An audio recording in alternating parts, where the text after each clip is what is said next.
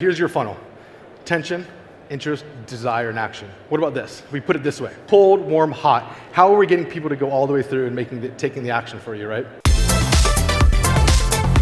So we're talking about, how is this actually applicable for me to do in my Facebook ads, Nick? We're not talking about these mythological things, these old ways. Well, it starts like this. Our AIDA dashboard is our interest. The 3-second video views over impressions. We're trying to get away from people just scrolling and it counting as an impression because there's no value there. Next, it's the average video, average watch time. Click-through rate, that's the interest. ROAS, revenue, everything that we care about.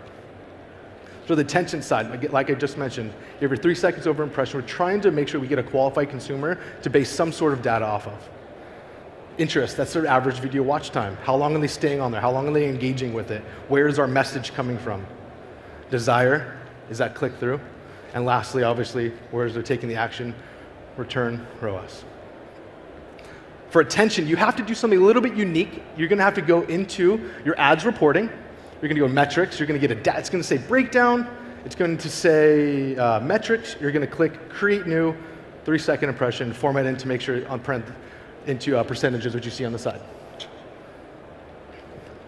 So we're looking at two different main things, right? Obviously, performance is very, very important, but obviously premature vanity metrics that we do need to take into consideration because the creative people love talking about those things.